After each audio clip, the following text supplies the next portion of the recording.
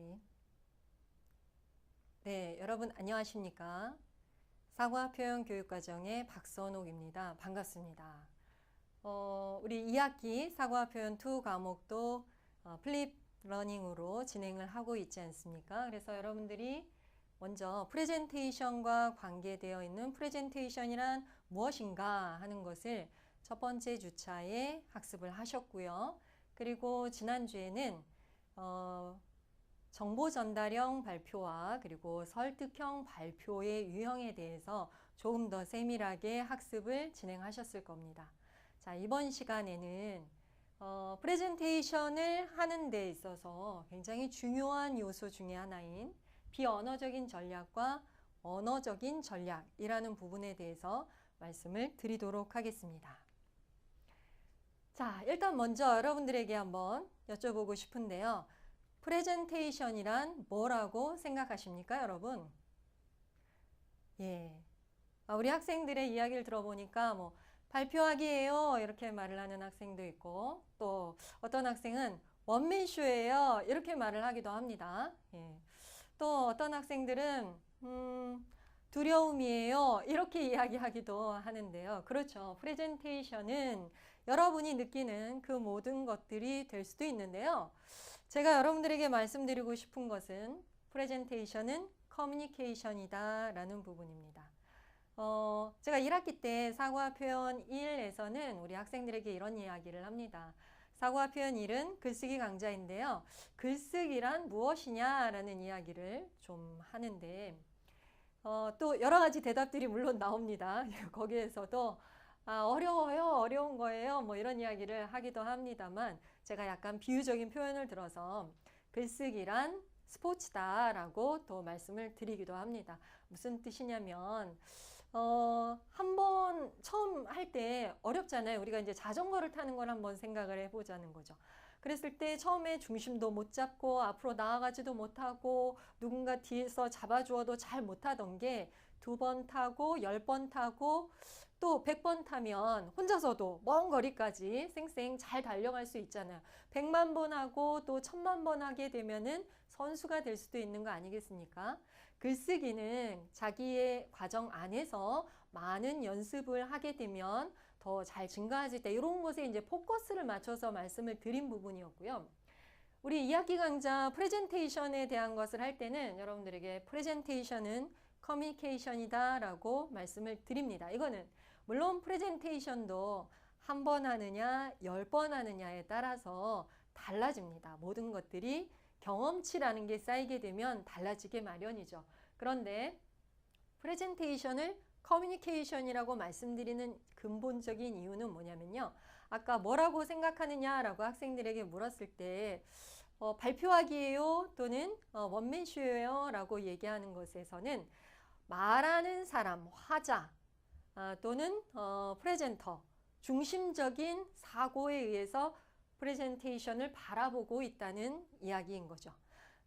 제가 말씀드리고 싶은 것은 그것을 프레젠터가 하고 있는 그 모습과 그리고 그 내용을 많은 또는 한 명일 수도 있는 청자가 듣고 있다라는 점을 생각하셔야 된다는 거. 그런데 그게 물론 단선적으로 끝나는 게 아니라 다시 그의 표정에 의해서도 돌아올 수 있는 것이고요. 직접적인 질의와 응답을 통해서도 우리는 그 내용에 대한 서로의 공유와 그리고 또 더 나아가기 위한 것들로 진행되는 커뮤니케이션의 과정이라는 점을 좀 잘 생각해 주셨으면 좋겠다는 겁니다. 이것이 오늘 여러분들에게 말씀드리고자 하는 언어적인 표현, 비언어적인 표현과 다분히 관계가 있습니다. 비언어적인 표현을 어떻게 해야지 조금 더 효과적으로 내용을 잘 전하고 이야기들, 즉 커뮤니케이션을 잘 이루어낼 수 있을까 하는 것과 연결되기 때문이죠. 자, 그렇다면 여러분 한번 생각을 해볼까요? 우리 1주차 여러분들의 플립 영상 마지막 부분에서 제시되었던 과제하고도 연결이 되어 있는데요. 여러분이 생각하는 프레젠테이션의 대가이자 우리가 많은 사람들이 프레젠테이션을 참 잘하는 사람이라고 이야기하는 대표적인 사람 누구를 뽑아볼 수 있겠습니까? 그렇죠. 네, 맞습니다. 스티브 잡스예요. 네. 아이폰 대한 소개, 설명을 하고 결국은 이 상품을 우리가 구매하도록 하는 그런 효과를 거두기 위해서 스티브 잡스는 자기보다 더 큰 아이폰을 뒤에 화면에 보여주면서 이 상품에 대한 이야기를 하는데 여기에서 이런 점들이 우리에게 회자되고 있어요.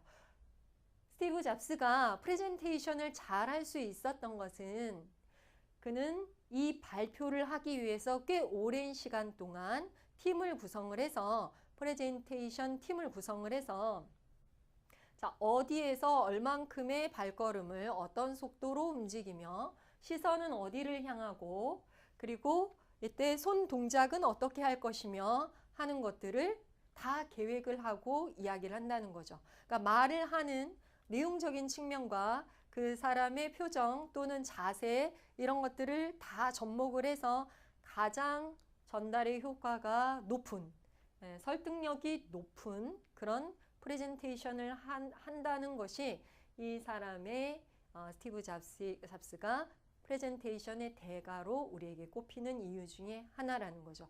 물론 그것은 단번에 이루어지지 않았다는 거, 그 팀 안에서 10번, 100번 많은 그런 회의와 과정을 거쳐서 가장 적절한 프레젠테이션의 모습을 구현해내고 있다는 부분입니다. 얼마나 그것이 중요한지를 그들은 알고 연습해서 행하고 있다는 거죠.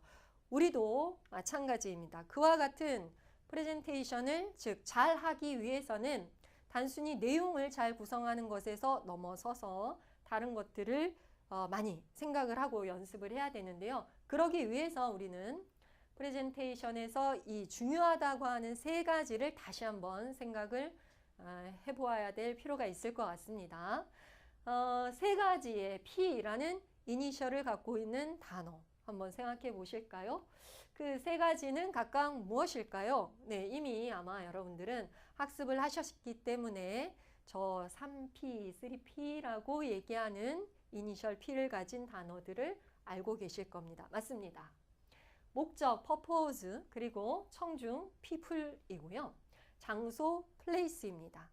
어쩌면 우리는 프레젠테이션은 발표하기예요, 원맨쇼예요 라고 생각을 했다는 것은 발표자 중심적인 목적이라는 부분, 내용적인 측면까지는 생각을 했을지 모르겠어요. 그런데 그것이 청중과 소통이 돼야 되는 것이고 어디에서 이 장소는 조금 더 조금 더 넓게 생각을 하면 단순히 장소 위치로서의 그곳을 말하는 것이 아니라 지점으로서의 그곳을 말하는 게 아니라 그 크기는 어떠하며 더 나아가서 뭐 마이크가 필요한지 필요 없는지 또는 조명의 상태는 어떠한지 이러저러한 것들 영향을 미칠 수 있는 다양한 외부적인 요인들을 다 같이 고려해서 가장 적절한 알맞은 그런 자세와 태도와 내용을 잘 구성을 해서 전달하는 게 좋겠다는 이야기로 생각을 하시면 되겠습니다.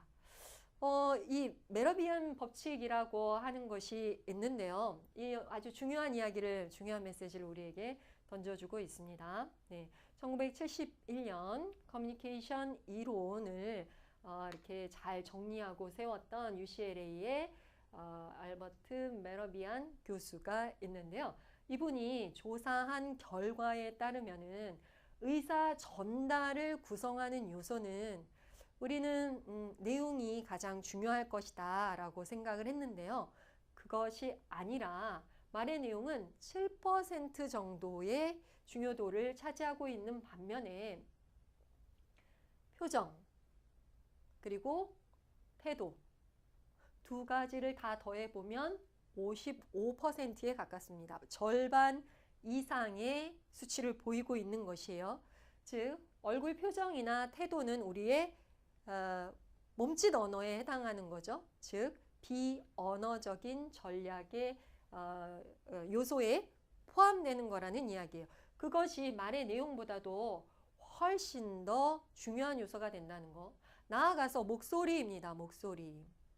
목소리는 조금 더 넓게 볼 수도 있는데요. 발음이 어떠한가, 문장이라는 것들이 어떻게 구성되어 있는가, 음성 언어로 전달되고 있는 부분 전체라고 보실 수도 있을 것 같아요. 그것은 무려 38%의 중요도를 차지하고 있어요.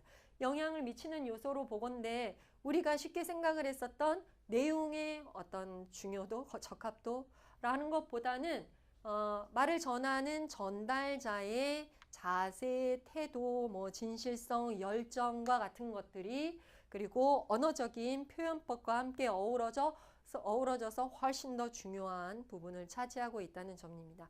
이것이 바로 우리 수업이 지금 여러분들에게 말씀드리고 있는 이 수업 내용이 얼마나 중요한지에 대한 것을 반증하고 있는 것으로 생각을 해보실 수도 있겠죠.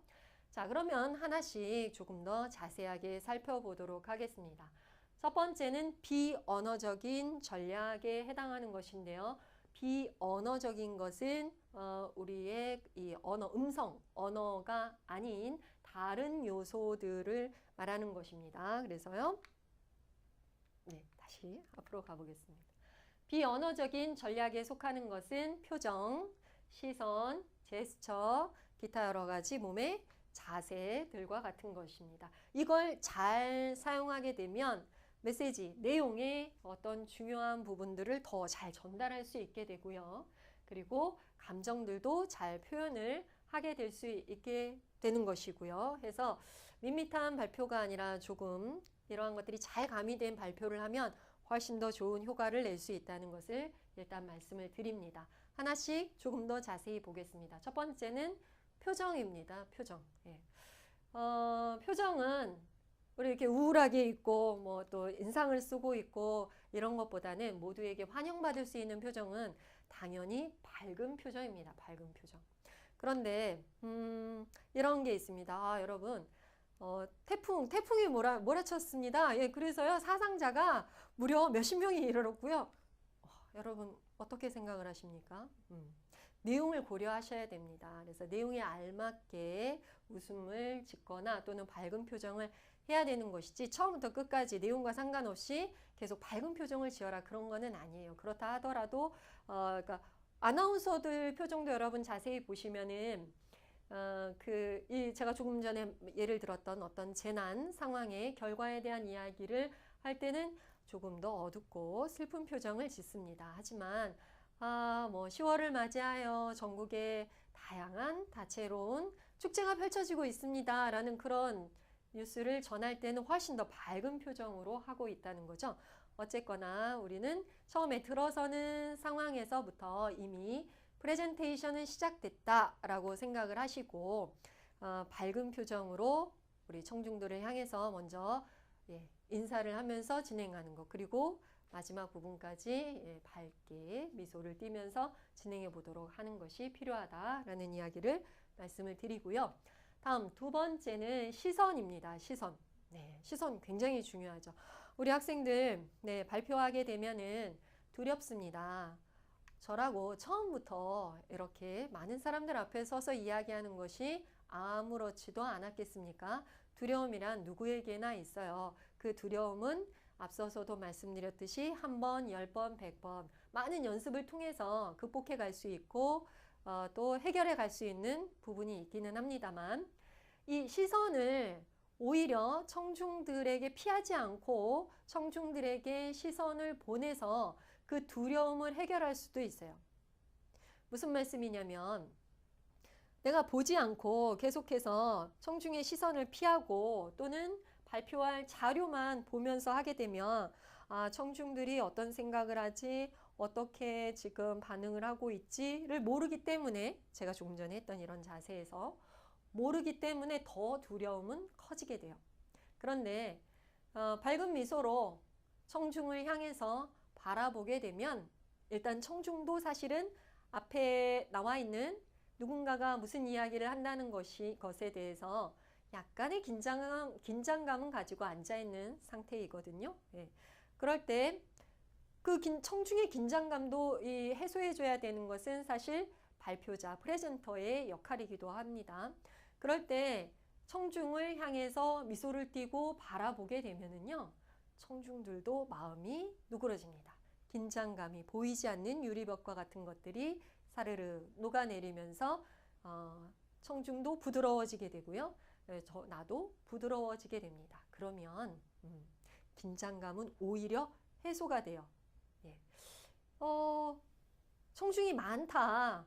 우리 보통 지금 사고와 표현 수업이 한 40명 내외에 앉아 있어요. 강의실을 보면 그거보다 더 많은 인원이 앉을 수 있는 60명 내외의 강의실이에요. 그런 정도의 크기라면 구획을 4개 내지 6개 정도로 구획을 나누어서 각각의 점들, 구획의 가운데 부분에 어떤 점을 둔다라고 생각을 하시고 그것을 돌아가면서 보시는 겁니다. 네. 산만하게 막 왔다 갔다 이렇게 보는 것이 아니라 자연스럽게 미소를 띠고 이쪽을 보고 또 가운데 부분을 보고 또 그 옆을 보고 그러면 보통은 내가 점 찍어서 보는 사람 주변의 사람들이 다 자신을 본다고 생각을 해요. 네. 대체로 그런 경향들이 있어요. 한번 물어보셔도 돼요. 자, 제가 지금 보고 있다고 생각하는 분은 한번 손을 들어보세요. 그러면은 그 주변의 사람들까지 한 4, 5명, 6, 7명이 자기를 보고 있다고 생각을 하게 되거든요. 굉장히 좋은 효과를 낼 수 있어요. 계속 청중과 눈 마주침, 시선을 두고 있다는 것은 여러분들을 위해서 내가 발표를, 이야기를 하고 있습니다. 라고 하는 적극적인 행위이고요. 나만이 아니라 여러분들을 위해서 하고 있다는 중요한 부분을 이야기하게 된다는 거. 따뜻하되 그렇다고 뭐 너무 부담스럽게는 어떤 분은 그런 얘기를 해요. 프로포즈 하듯이 우리 청중을 프로포즈 하듯이 바라보고 이야기를 해봐라. 좀 과하지 않나 하는 그런 생각도 들기는 하는데요.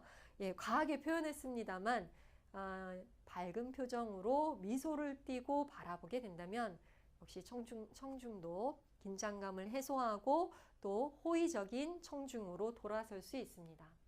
네, 이렇게 해서 해보시고요. 그 다음 비언어적인 요소의 3번째 항목은 동작인데요. 이 동작은 이제 손이 굉장히 중요한 부분을 차지하고 있습니다. 보통 따로 사용하지 않을 때는 보통 손은 배꼽과 명치 사이 정도에 이렇게 두고 있는 것이 좋다. 이게 어디로 움직이기에 가장 적절한 부분이다 라고 얘기를 하고요. 또 안정적인 그런 모습을 보여준다라고 합니다. 일반적으로 손을 사용하는 동선의 범위는 이 범주 안에서 사용을 하도록 한다라고 이야기를 합니다. 이 정도의 범주를 넘어서서 더 높게 올라가게 되면은 자, 여러분, 제가 지금 얘기하고 있는 것을 한번 잘 들어보시고요. 하게 되는 것이 어색하게 보이기도 하고 또 어떤 거를 이제 뭐 좀 선동하거나 이러는 경우들에 적절한 손동작으로 여러분들도 느껴지시지 않습니까? 그렇죠? 요 정도의 범위 안에서 사용을 합니다. 그래서 우리가 어떤 내용이 이렇게 사용하는 경우에 손바닥을 보여주고 있는 경우에는 이것이 사실입니다. 정말입니다. 진실입니다. 믿어주세요. 라고 하는 메시지들을 전달하게 되고요.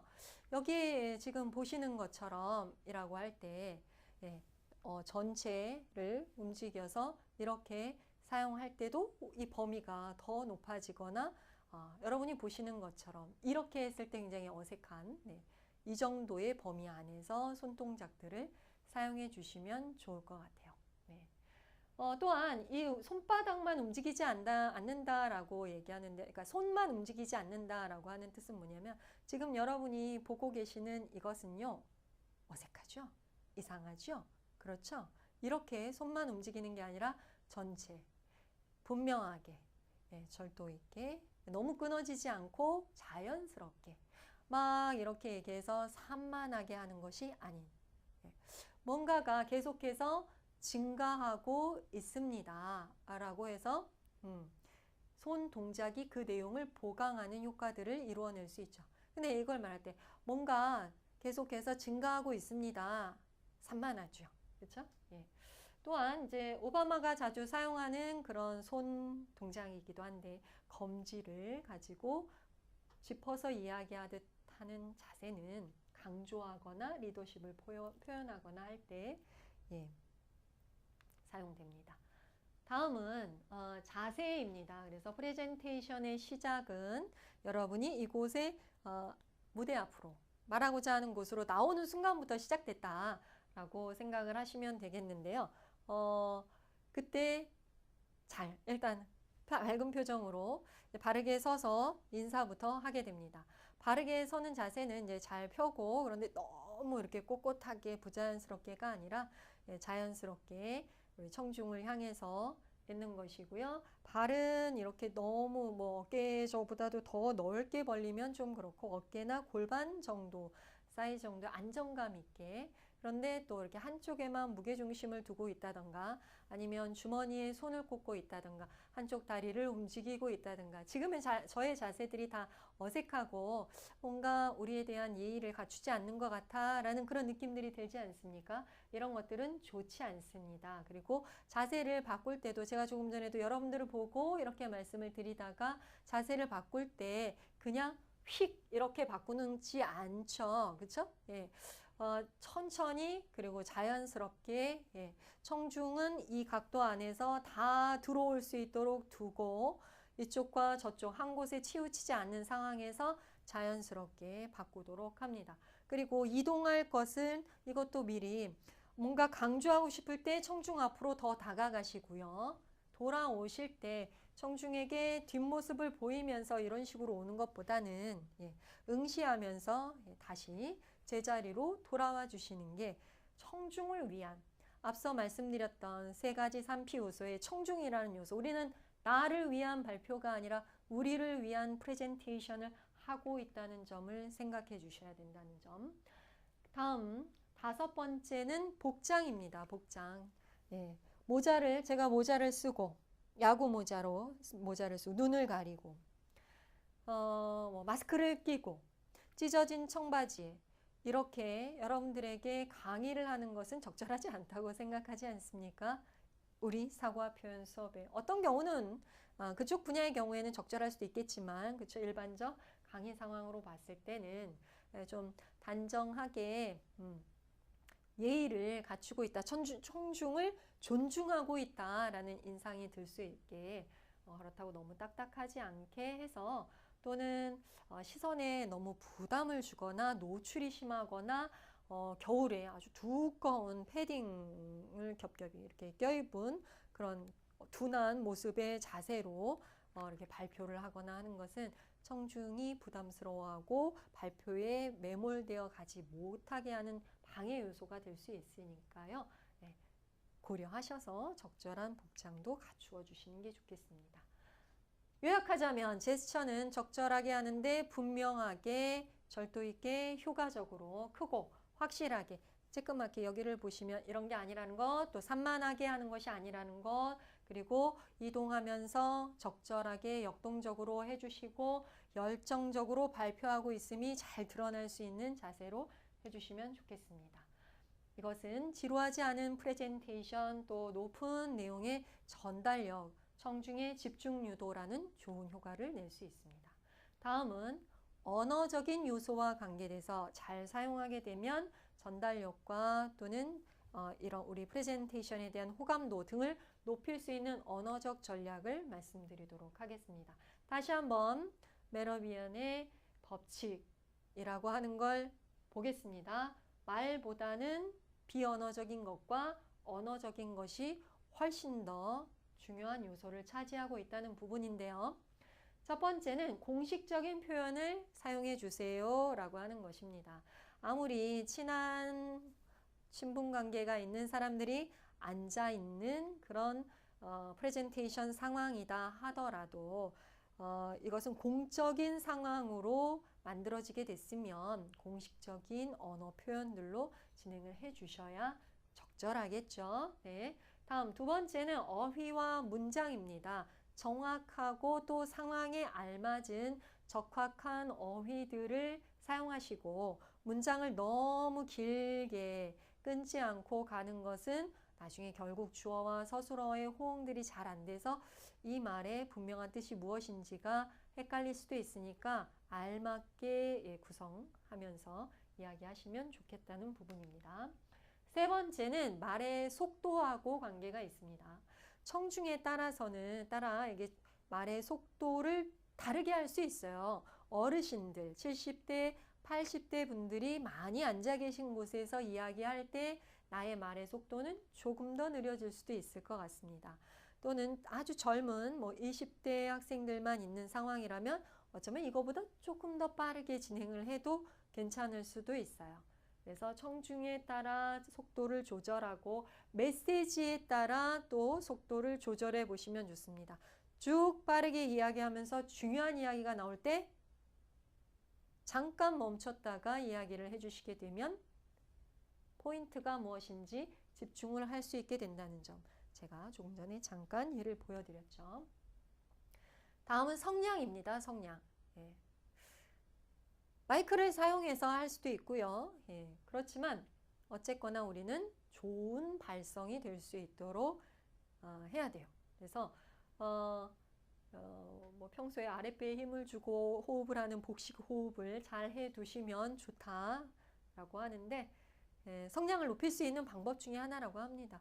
목으로만 이야기하지 마시고 배 아래에서부터 올라오는 깊은 소리를 입 안에 이 안쪽에서 탁 터져서 나올 수 있도록 그렇게 해보라고 합니다. 그러면 더 또렷하고 멀리까지 전달될 수 있는 그런 소리를 낼 수 있다고 하죠. 예. 편안하게 하는 거. 너무 경직돼 있다는 느낌이 아니라 편안하게 하는 것이 중요한 또 포인트가 됩니다. 다음은 네. 이 부분을 한번 우리 연습해 볼까요? 이것은 여러분 아마 받으셨죠? 라이팅 팁입니다. 2018학년도 2학기에는 라이팅 팁의 예문을 가져왔는데요. 예, 이렇게 올려야 될 부분에 올리고 내려야 할 부분에 내리는 연습을 평소에 좀 해보자. 대표적인 원인으로 고기압의 발달, 고기압의 영향, 일사량 증가를 들고 있다. 와 같이 해서 자연스럽게 어조가 잘 발현될 수 있도록 연습해 보시고요. 다음은 발음입니다. 틀리기 쉬운 발음들을 훈련해 보는 거죠. 입술을 닫아서 내는 소리들이에요. 심각한 표정, 적절하지 않죠. 심각한 표정. 그 다음 탐스럽게가 아니라 탐스럽게. 또 죽고 싶기야 하겠어가 아니라 죽고 싶기야 하겠어. 모음도 훈련해 보세요. 만나 뵙게 돼서 영광입니다가 아니라 영광입니다. 이중모음. 원칙도 무시된 채가 되는 거예요. 된 채가 아니고 윗물이 윗물이에요. 그죠? 인물이 아니고, 다음에 음식이 아니라 음식. 다음 혀의 위치를 정확히 하는 훈련도 좀 해보시면 좋겠습니다. 그래서 한강은 흐른다가 아니라 한강은 흐른다. 또 반복해가 아니라 반복해 들어봐요와 같이 이러한 것들을 잘 평소에도 연습하지만 발표 전에 한 번 더 자기가 발표할 내용에서 연습을 많이 하고 그러면 더 좋은 효과를 낼 수 있을 것 같아요. 무엇보다도 중요한 것은 여러분들이 언어적인 또는 비언어적인 이와 같은 것들을 잘 구현하고 있는가 하는 것은 찍어서 한번 보세요. 자기의 영상을 촬영해서 표정, 시선, 동작, 자세 어떠한가 모니터 해보시고 어휘, 문장 또는 표현, 속도, 성량, 어조, 발음 이런 것들은 어떠한가 잘 들어보세요. 그 다음에 고쳐보시고 또 한번 찍어보세요. 거울 보고 해보세요. 엄마 한번 봐주세요. 해보세요. 예. 그러면 조금씩 더 나아지는 자신의 모습을 어느 순간 느낄 수가 있습니다. 많은 연습은 즉 쌓인 경험치는 좋은 결과를 이끌어낼 수 있다는 것입니다. 꼭 우리 학생들 모두 다 발표를 한 번씩 하게 되는데요. 그 전에 자기가 찍어서 자기 영상을 스스로 보며 모니터링 해보기, 이것이 오늘의 과제 활동이 되겠습니다. 자, 이렇게 해서 프레젠테이션에 대한 세 번째 플립 영상 자료, 비언어적인 요소와 언어적인 요소를 잘 사용하는 전략에 대해서 말씀드렸습니다. 감사합니다. 수고하셨습니다.